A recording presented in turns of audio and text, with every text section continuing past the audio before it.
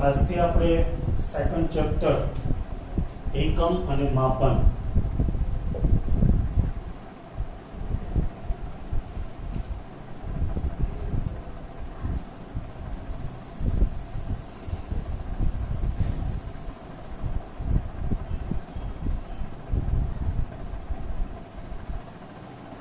આ ચેપ્ટર જે તમારે સિલેબસમાં સેકન્ડ ચેપ્ટર છે અને જી નીટની અંદર પહેલું ચેપ્ટર કે આની અંદરથી જી નીટના પ્રશ્નો બી પૂછાય છે અને એક બેઝિક ચેપ્ટર કહી શકાય, કારણ કે ભૌતિક વિજ્ઞાનમાં આપણે કોઈ પણ ભૌતિક રાશિની વાત કરીશું તેનું માપન આવશે અને માપન માટે એની સાથે કોઈ યોગ્ય એકમ દર્શાવવો પડશે. તો આપણે એકમ વિશે સમજવાનું છે, ત્યાર પછી લંબાઈ, દળ અને સમય આ ત્રણ મૂળભૂત રાશિનું માપન જોવાનું છે. તો ખૂબ જ ઇન્ટરેસ્ટિંગ અને મજા આવે એવું ચેપ્ટર છે, જેના માટે પહેલાં તો આપણે વાત કરીએ કે ભૌતિક રાશિ એટલે શું. કારણ કે જેના એકમો આપવા છે અને જેનું માપન કરવું છે એ છે ભૌતિક રાશિ. ભૌતિક વિજ્ઞાનની અંદર અનેક ભૌતિક રાશિઓ આવેલી છે. તો કોઈ કહેશે મને ભૌતિક રાશિ એટલે શું? અત્યાર સુધી તમે આટલું બધું ભણ્યા છો તો એની અંદર કેટલી બધી ભૌતિક રાશિઓ તમે જોયેલી છે. સ્થાનાંતર, વેગ, પ્રવેગ, બળ, કાર્ય, ઉર્જા, વિદ્યુત પ્રવાહ, ઘણી બધી રાશિઓ જોઈ છે. તો બધાને ભૌતિક રાશિ કહેવાય. ભૌતિક રાશિ એટલે શું? તો કે આપણી આજુબાજુ બનતી કુદરતી કે કૃત્રિમ, આપણી આજુબાજુ બનતી કુદરતી કે કૃત્રિમ જે ઘટના છે એનું વર્ણન કરવા જે ખ્યાલોની જરૂર પડે છે તેને ભૌતિક રાશિ કહેવાય. રાઈટ? આપણી આસપાસ બનતી કુદરતી કે કૃત્રિમ ઘટનાઓનું વર્ણન કરવા જે ખ્યાલોની જરૂર પડે છે તેને ભૌતિક રાશિ કહેવાય. સિમ્પલ ઉદાહરણ દ્વારા સમજીએ. દાખલા તરીકે અહીંથી કોઈ સફરજન નીચે પડે છે, રાઈટ? આ એક કુદરતી ઘટના છે કે ચલો ઝાડ પરથી સફરજન પડે છે, અથવા તમે પથ્થર મારીને પાડો છો, એ કૃત્રિમ ઘટના છે. તો એના માટે કયા ખ્યાલોની જરૂર પડે? તો કે પહેલું, કેટલી ઊંચાઈથી પડે છે, આ પહેલો ખ્યાલ. તો ત્યાં ભૌતિક રાશિ કઈ આવી? યસ, અંતર. બરાબર છે. બીજા નંબરમાં એ કેટલા સમયમાં નીચે પહોંચે છે, તો એ પણ ખ્યાલ થયો, જેની અંદર કઈ ભૌતિક રાશિ આવે છે? યસ, સમય. હવે આટલું અંતર એ આટલા સમયમાં કાપે છે, બરાબર, એટલે કેટલી ઝડપથી પડે છે, તો ત્યાં ત્રીજી રાશિ આવી, વેગ. તો આ પ્રમાણે તમે એના વેગમાં સમય સાથે ફેરફાર થાય છે કે નહીં તેને આધારિત પ્રવેગ આવે. શા માટે નીચે પડે છે? તેના માટે ગુરુત્વાકર્ષી બળ જવાબદાર છે, તો ત્યાં ભૌતિક રાશિ કઈ આવે? બળ. તો આ બધાને શું કહેવાય? ભૌતિક રાશિઓ. એકદમ સિમ્પલી આપણે કહી શકીએ કે આપણી આસપાસ બનતી કુદરતી કે કૃત્રિમ ઘટનાઓના વર્ણન કરવા જે ખ્યાલની જરૂર પડે છે તેને ભૌતિક રાશિ કહે છે. રાઈટ? અથવા એકદમ સિમ્પલ વ્યાખ્યા, આ બધાને જવાબો. માપી શકાય, જેને માપી શકાય તેવી રાશિઓને ભૌતિક રાશિઓ કહેવાય. દાખલા તરીકે ચલો સમય, તો સમય માપી શકાય? તો કે હા, તો ભૌતિક રાશિ છે. અંતર, અંતર માપી શકાય? તો કે હા, ભૌતિક રાશિ છે. પણ પ્રેમ, કોઈ એમ કે હું તમને આટલો બધો પ્રેમ કરું છું, એ માપી શકાય? દુઃખ, લાગણી, આ બધું માપી ના શકાય, તેને ભૌતિક રાશિ કહેવાય નહીં. તો ટૂંકમાં જેને માપી શકાય તેને ભૌતિક રાશિ કહેવાય. સમજ પડી ગઈ? જેને માપી શકાય તેવી રાશિઓને શું કહેવાય? ભૌતિક રાશિઓ. બરાબર? અને ભૌતિક રાશિને જો આપણે માપવી હોય તો એના માટે એનો ચોક્કસ પ્રમાણિત માપ હોવું જોઈએ, અને પ્રમાણિત માપને કહેવાય એકમ.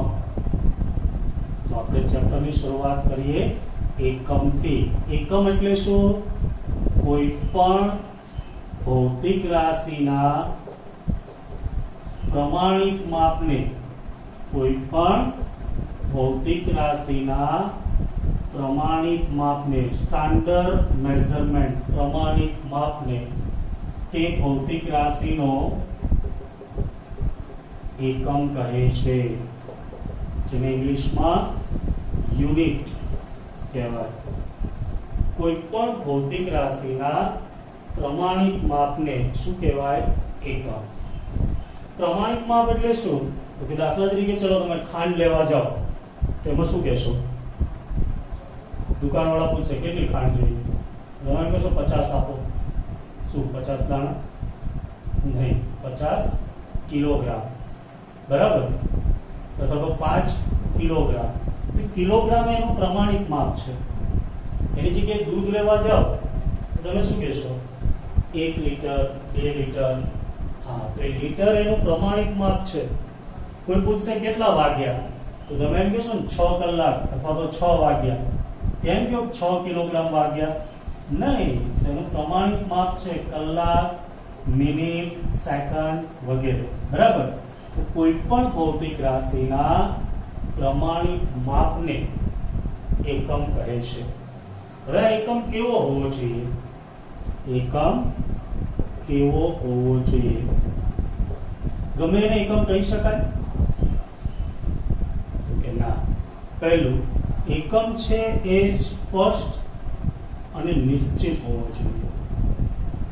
સ્પષ્ટ અને નિશ્ચિત હોવો જોઈએ. ચલો દાખલા તરીકે હું લંબાઈ માપવા માટે હાથ, એને એકમ તરીકે લો, તો અહીંથી અહીંયા સુધીની લંબાઈ માપીએ તો 4 હાથ થાય. બીજો કોઈ આવી માપશે તો એનો હાથ નાનો હશે તો એને 5 થશે. ત્રીજો કોઈ જેનો હાથ મોટો હશે તો 3 હાથ થશે. તો સ્પષ્ટ અને નિશ્ચિત કહેવાય નહીં. તો લંબાઈના એકમ તરીકે હાથ લઈ શકાય નહીં. પહેલા લોકો લેતા હતા જ્યારે એકમ નહોતા ત્યારે. તો એકમ કેવો હોવો જોઈએ? સ્પષ્ટ અને નિશ્ચિત. દાખલા તરીકે અહીંની લંબાઈ 5 મીટર છે, હું માપીશ તો પણ 5 આવશે. બીજો વ્યક્તિ આવી માપશે તો પણ 5 આવશે. કોઈ ત્રીજો વ્યક્તિ માપશે તો પણ 5 મીટર જ થશે, બરાબર? એને એકમ લઈ શકાય. બીજું, એકમ તેના માપમાં ફેરફાર ન થાય તેવો હોવો જોઈએ. દાખલા તરીકે હાથ છે તો એના માપમાં ફેરફાર થાય છે. જુદા જુદા વ્યક્તિઓના માપ જુદા જુદા હોય છે, તેથી એને એકમ ના લઈ શકાય. ત્રીજી એની લાક્ષણિકતા એવી છે કે એકમની જે પ્રતિકૃતિ છે, પ્રતિકૃતિ એના જેવો જેવો બીજો, પ્રતિકૃતિ સહેલાઈથી થઈ શકે તેવી હોવી જોઈએ. કારણ કે આખા ગામમાં એક જ એકમ હોય તો તમે વસ્તુ ગમે ત્યાંથી લેવા જાઓ પણ મપાવવા ત્યાં જવું પડે તો તકલીફ પડે, લાંબી લાઈનો થાય. તો જે કિલોગ્રામ મારી પાસે હોય એ જ દુકાનવાળા પાસે હોય અને એ જ લારી લઈને આવતા શાકભાજીવાળા પાસે પણ હોવો જોઈએ. એને કહેવાય એની પ્રતિકૃતિ, બરાબર ને? કિલોગ્રામ છે તો એની પ્રતિકૃતિ બધા પાસે એક સરખી જ હોય. ત્રીજી લાક્ષણિકતા શું? પ્રતિકૃતિ સહેલાઈથી થઈ શકે તેવી હોવી જોઈએ. અને આ પ્રતિકૃતિ સહજ રીતે પ્રાપ્ત થઈ શકે તેવી હોવી જોઈએ. તો દરેકને સમજ પડી. એકમ એટલે શું? કોઈ પણ રાશિના પ્રમાણિત માપને એકમ કહે છે. કેવો હોવો જોઈએ? તો કે 4 લાક્ષણિકતા. પહેલું, સ્પષ્ટ અને નિશ્ચિત હોવો જોઈએ. બીજું, એકમ તેના માપમાં ફેરફાર ન થાય તેવો હોવો જોઈએ. ત્રીજું, એકમની પ્રતિકૃતિ સહેલાઈથી થઈ શકે તેવી હોવી જોઈએ. અને આ પ્રતિકૃતિ સહજ રીતે પ્રાપ્ત થઈ શકે તેવી હોવી જોઈએ. આ 4 લાક્ષણિકતાને ધ્યાનમાં રાખી જુદા જુદા સમયે જુદી જુદી એકમ પદ્ધતિઓ અસ્તિત્વમાં આવી, જેની આપણે વાત કરવાની છે. ચલો, 4 લાક્ષણિકતા યાદ રહી ગઈ? હા, રહી ગઈ હોય તો હા બોલો. Okay good. તો આપણે એકમ પદ્ધતિઓની વાત કરીએ. અહીંથી તમારે ખાસ વસ્તુને જોવાની. એમસીક્યુ પ્રશ્ન અહીંથી સ્ટાર્ટ થશે. તો કોઈ કહેશે પહેલી એકમ પદ્ધતિ કઈ અસ્તિત્વમાં આવી હતી? આગળ 8મા 9માં ભણેલા હોય તો યસ, જેને બ્રિટિશ પદ્ધતિ કહેવાય. કારણ કે શરૂઆતમાં વિશ્વના મોટા ભાગમાં બ્રિટિશ લોકોનું શાસન હતું. ત્યારે એણે માપવા માટે જે પદ્ધતિ વિકસાવી હતી એ બ્રિટિશ પદ્ધતિ. એની પહેલા વસ્તુની એટલી બધી કિંમત નથી. એટલે મારે ઘઉં જોતા હોય, તમારે બાજરી જોતી હોય, તો હું એક ટોકર ભરીને ઘઉં આપું, તમે સામે ટોકર ભરીને બાજરી આપો. આવું ચાલતું, બરાબર ને? પણ પછી ધીમે ધીમે શું થયું? એકમ પદ્ધતિઓનો વિકાસ થયો. માણસ સમજતા થયા. પહેલા પેટ્રોલ જોઈતું હોય તો એક ડોલ ભરીને પાણી આપો, તમે એક ડોલ ભરીને પેટ્રોલ આપો. આવું ચાલતું, કારણ કે ત્યારે કિંમત નથી. અત્યારે કોઈ એવું કરે નહીં, કારણ કે પેટ્રોલની કિંમત ખબર પડી. ચલો, તો પહેલા કઈ પદ્ધતિ અસ્તિત્વમાં આવી? બ્રિટિશ પદ્ધતિ, જેનું ઓરિજિનલ નામ છે FPS પદ્ધતિ. તો પહેલી પદ્ધતિ કઈ આવી?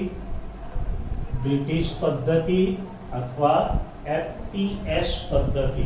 F એટલે ફૂટ, લંબાઈ છે એ ફૂટમાં મપાતું. હજી પણ જુઓ, કોઈ ઘરનું કામ કરતું હોય તો એ ફૂટ પ્રમાણે રાખે છે. તો લંબાઈમાં ફૂટ એકમ આવ્યો હતો. P એટલે પાઉન્ડ, દળના એકમ તરીકે પાઉન્ડ હતું. હજી પણ તમે યુરોપિયન કન્ટ્રીઝમાં જાઓ તો ત્યાં દળ પાઉન્ડમાં મપાય. અહીંયા આપણે બટેટા લેવા જઈએ કિલોગ્રામમાં લઈએ, ત્યાં જઈએ તો પાઉન્ડમાં. તો P એટલે પાઉન્ડ, S એટલે સેકન્ડ. FPS પદ્ધતિનું પૂરું નામ શું? ફૂટ પાઉન્ડ સેકન્ડ પદ્ધતિ. ફૂટ શેનો એકમ છે? લંબાઈ. ભાઈ, ફૂટ શેનો એકમ છે? લંબાઈ. P શેનો એકમ છે? દળ. પાઉન્ડ એ દળનો એકમ છે. અને S યસ, સમયનો એકમ છે. ચલો, ત્યાર પછી બીજી પદ્ધતિ આવી CGS પદ્ધતિ. C means centimetre, G means gram, S means second. Centimetre કોનો એકમ છે? લંબાઈ. સરસ. ગ્રામ દ્રવ્યમાન, દળનો, અને સેકન્ડ સમયનો. તો જુઓ, રાશિઓ એ જ છે, ખાલી એના એકમ બદલાયા છે. ત્યાર પછી ત્રીજી પદ્ધતિ MKS પદ્ધતિ. ત્રીજી પદ્ધતિ કઈ આવી? MKS. M એટલે મીટર, K એટલે કિલોગ્રામ, S એટલે સેકન્ડ પદ્ધતિ. અહીંયા પણ ત્રણ રાશિ એ જ છે, ખાલી એનો એકમ બદલાયો. ભાઈ, મીટર કોનો એકમ છે? યસ, મીટર એ લંબાઈનો એકમ છે. પછી K એટલે કિલોગ્રામ, કિલોગ્રામ કોનો એકમ છે? દ્રવ્યમાન. સરસ. અને S એટલે સેકન્ડ. બરાબર, જે સમયનો એકમ છે તો સેકન્ડ જ છે. ત્યાર પછી ચોથી પદ્ધતિ, જે તમારી બુકમાં નથી, MKSA. એટલે કે ભૌતિક વિજ્ઞાનમાં એક મોટી શોધ થઈ. એ એટલે વિદ્યુત પ્રવાહ. અને વિદ્યુત પ્રવાહનો એકમ એમ્પિયર, જે આ ત્રણ રાશિ દ્વારા નહોતો અપાતો, એટલે એને એડ કરવામાં આવ્યો. તો MKS એટલે તો એ જ, મીટર, કિલોગ્રામ, સેકન્ડ. એની જગ્યાએ એમ્પિયર પદ્ધતિ. તો ચોથી પદ્ધતિ કઈ આવી? MKSA. M એટલે મીટર, K એટલે કિલોગ્રામ, પણ આપણે કિલોમીટર ના કહેતા, એસ એટલે સેકન્ડ અને એ એટલે એમ્પિયર. એના પછી આખા વિશ્વના બધા દેશો ભેગા થયા અને એસઆઈ પદ્ધતિ વિકસાવી. એટલે કે 1971 ની અંદર જે એક આખી તોલમાપ સંસ્થા છે, વિશ્વ લેવલે બધા જ એકમો એક સરખા બને એના માટે છેલ્લે ફાઇનલ એક પદ્ધતિ અસ્તિત્વમાં આવી જેને કહેવાય એસઆઈ પદ્ધતિ, સિસ્ટમ ઇન્ટરનેશનલ, બરાબર, અને જે આંતરરાષ્ટ્રીય સ્તરે સ્વીકારવામાં આવી. તો એની અંદર જે રાશિઓ છે એમાં 4 તો હતી જ, પણ બીજી 3 નવી એડ થઈ. આ આપણા માટે અગત્યનો પ્રશ્ન બને. અહીંથી 2 માર્ક્સનો પ્રશ્ન બને. એસઆઈ પદ્ધતિમાં આવતી ભૌતિક રાશિ, એની એકમ અને સંજ્ઞા જણાવો. ચલો તેની પહેલા ખાલી આ 4 રાશિઓ છે એક વખત 4 પદ્ધતિ એક વખત જોઈ લો. ચલો તો એકમ પદ્ધતિઓમાં 5મી અને છેલ્લી એટલે કે એસઆઈ પદ્ધતિ, જેને આપણે ટેબલ દ્વારા યાદ રાખીએ. તમને અત્યારે જ આવડી જશે અને પછી દરેકે 2 વખત લખી દેવાનું, બરાબર. જેને આપણે આ રીતના ટેબલ બનાવીએ. પહેલું ભૌતિક રાશિ, ત્યાર પછી એનો એકમ અને સંજ્ઞા. 2 માર્ક્સમાં પૂછાય તો આ રીતે તમારે ટેબલ દ્વારા લખવાનું છે, બરાબર. તો ભૌતિક રાશિ છે એમાં આપણે શરૂઆતની રાશિઓ તો જાણીએ જ છીએ. તેમ છતાંય તમને યાદ રાખવા માટે એક ટેકનિક આપું છું. એક ફિલ્મ આવવાનું છે, તમે ભણી લેશો. એટલે લંદસ વિથ ચંદ્ર, જેમ જજંતરમ મોમંતરમ હતું ને, એવું એક બીજું ફિલ્મ આવવાનું છે, લંદ્રસ વિથ ચંદ્ર. યાદ રહી જશે કયું ફિલ્મ આવવાનું છે ભાઈ? લંદ્રસ વિથ ચંદ્ર. હા, તો જુઓ, લ એટલે લંબાઈ. પહેલી એસઆઈ પદ્ધતિની ભૌતિક રાશિ લંબાઈ, જેનો એકમ કે એમકેશ પદ્ધતિમાં તો એ જ મીટર, જેની સંજ્ઞા સ્મોલ એમ. ખાસ ધ્યાન રાખજો, સ્મોલ એમ. તો પહેલી રાશિ લંબાઈ, જેનો એકમ મીટર, જેની સંજ્ઞા સ્મોલ એમ. દ એટલે દળ, જેનો એકમ કિલોગ્રામ, જેની સંજ્ઞા સ્મોલ કે સ્મોલ જી. સ્મોલ કે સ્મોલ જી ભૂલાય નહીં. વચ્ચે ટપકું કે આ કે તે કે કશું કરતા નહીં. શા માટે હું તમને સમજાવીશ હમણાં.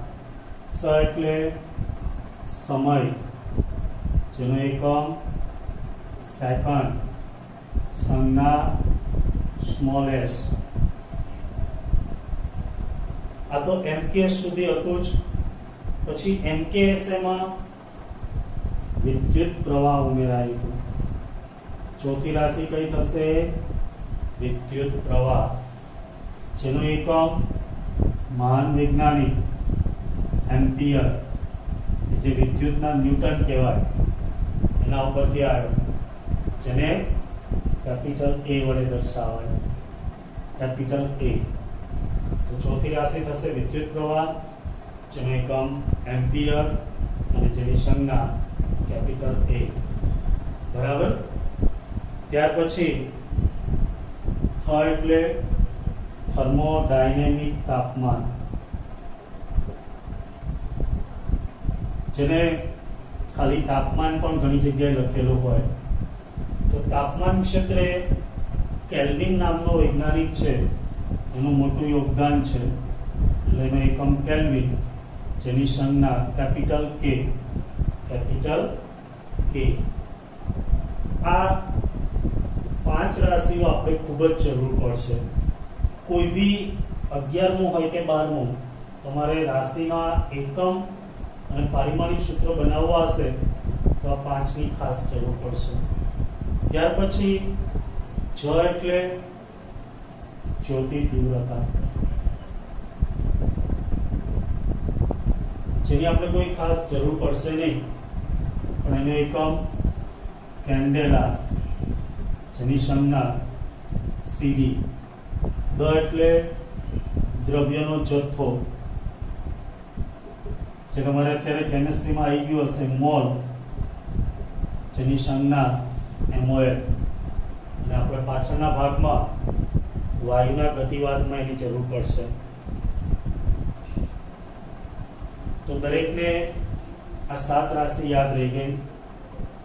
લંબાઈ, દળ, સમય, વિદ્યુત પ્રવાહ, થર્મોડાયનેમિક તાપમાન, જ્યોતિ તીવ્રતા અને દ્રવ્યનો જથ્થો, જેને ટૂંકમાં તમે યાદ રાખી શકો લંદ્ર સવેગ ચક્ર,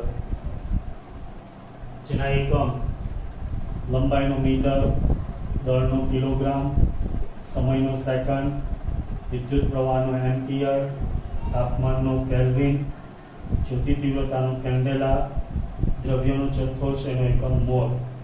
અને એમની સંજ્ઞા આ પ્રમાણે જોવી જોઈએ. હવે આ જે 7 રાશિઓ છે એને સંસ્થાએ સ્વીકારી. તો આ જે એસઆઈ પદ્ધતિની 7 રાશિઓ છે એને મૂળભૂત ભૌતિક રાશિઓ કહેવાય. શું કહેવાય? મૂળભૂત ભૌતિક રાશિઓ. કેમ મૂળભૂત? કારણ કે આ 7 ઉપરથી તમે બાકીની બધી જ ભૌતિક રાશિઓ છે એના એકમો મેળવી શકશો. ખાલી આ 7 જ નક્કી કરવાના.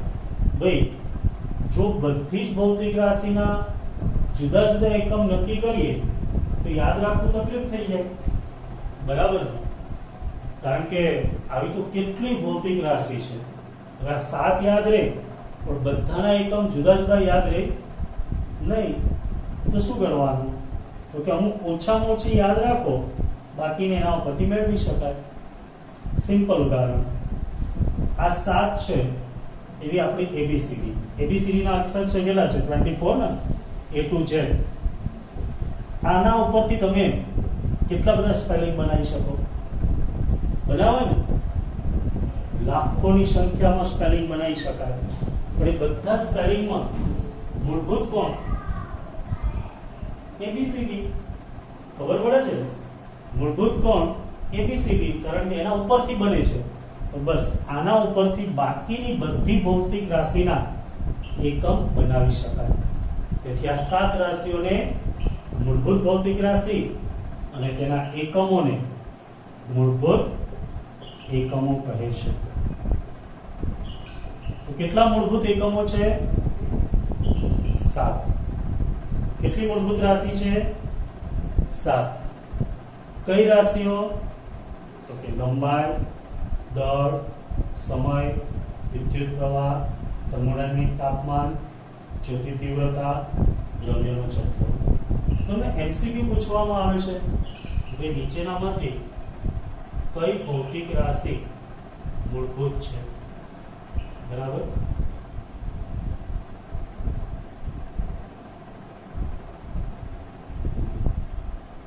તો 7 મૂળભૂત ભૌતિક રાશિ, જેમાંથી તમારે જોવાનું કે નીચે ઓપ્શનમાં કયું આપેલું છે, બસ એ જવાબ. તો મૂળભૂત ભૌતિક રાશિ કેટલી? 7. મૂળભૂત એકમ કેટલા? 7. યાદ રહી ગયા દરેકને? ઓકે. હા, બોલો બોલો. હા, દળ એટલે દ્રવ્યમાન.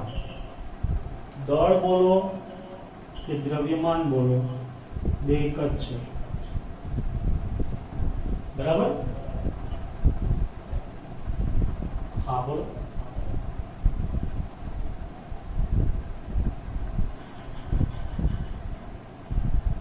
બોલો, આ છે કમ્પ્લીટ.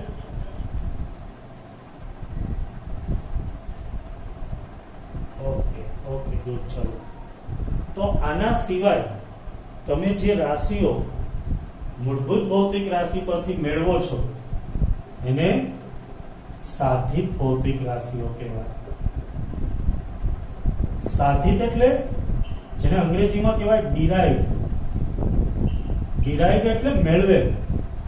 આ મૂળભૂત ભૌતિક રાશિ પરથી જે ભૌતિક રાશિઓને મેળવવામાં આવે છે એને સાધિત કહેવાય અને તેના એકમોને સાધિત એકમો કહેવાય. તો કોઈ પૂછે કે સાધિત ભૌતિક રાશિ કેટલી? અનેક. કારણ કે આપણે કેટલી બધી ભૌતિક રાશિઓ એ આ 7 પરથી મેળવી શકીએ. ચલો ઉદાહરણ આપું. ઉદાહરણ તરીકે વેગ. તો આમાં ક્યાંય વેગ દેખાય છે? નહીં, તો મૂળભૂત નથી. પણ વેગ એટલે શું? અંતર ભાગ્યા સમય. તો દેખો અંતર કેવી રાશિ છે? લંબાઈ અને અંતર એક જ. તો મૂળભૂત, સમય મૂળભૂત, પણ એ બેનો ભાગાકાર કરીએ તો શું મળે? વેગ. તો વેગ કઈ રાશિ થઈ? સાધિત. તો વેગનો એકમ શું? તો કે દેખો અંતરનો એકમ મીટર, સમયનો સેકન્ડ. તો મીટર પર સેકન્ડ. તો આમ વેગ કઈ રાશિ થઈ? યસ, સાધિત. સમજ પડી? તો આ 7 સિવાય બાકીની ભૌતિક રાશિઓ સાધિત છે. દાખલા તરીકે ક્ષેત્રફળ. ચલો ક્ષેત્રફળ આમાં ક્યાંય છે?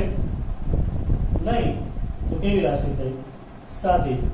એને કેવી રીતે મેળવાય? તો કે ક્ષેત્રફળ એટલે લંબાઈ ગુણ્યા પહોળાઈ. લંબાઈ પહોળાઈ બંને અંતર જ કહેવાય. મૂળભૂત લંબાઈનો એકમ મીટર, પહોળાઈનો મીટર, એટલે શું થઈ જાય? Metre square. તો મીટર સ્ક્વેર કયો એકમ કહેવાય? સાધિત એકમ. સમજો પડી? તો અત્યારે ખાસ યાદ રાખો આ 7 રાશિ મૂળભૂત, બાકીની બધી સાધિત. એક ત્રીજો પ્રકાર છે પૂરક. રાઈટ? જેની વાત આપણે